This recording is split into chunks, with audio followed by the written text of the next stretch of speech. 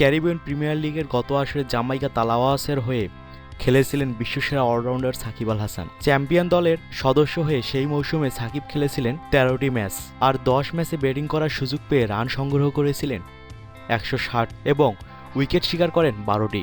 বিশ্বের জনপ্রিয় টি-২০ ক্রিকেট লিগগুলোতে সাকিবের চাহিদা বরাবরই ব্যাপক।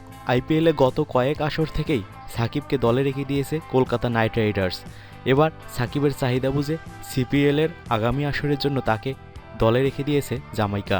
তবে সাকিবের মূল্য পরিবর্তন হয়নি। গত সিপিএল মৌসুমে $১,১০,০০০ মার্কিন সাকিবকে দলে ভিড়িয়েছিল জামাইকা। এবারের সিপিএল নিলামেও তার মূল্য নির্ধারণ করা হয় একই পরিমাণ অর্থ, বাংলাদেশি মুদ্রায়, যার মূল্যমান $৮৮ লাখ।